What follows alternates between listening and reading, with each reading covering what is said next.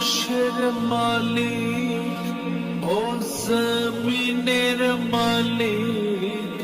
ও জীবনের মালিক ও রিজিকের মালিক আলহামদুলিল্লাহ আলহামদুলিল্লাহ আলহামদুলিল্লাহ ও আরশের মালিক ও জমিনের মালিক ও জীবনের মালিক ও রিজিকের মালিক আলহামদুলিল্লাহ আলহামদুলিল্লাহ আলহামদুলিল্লাহ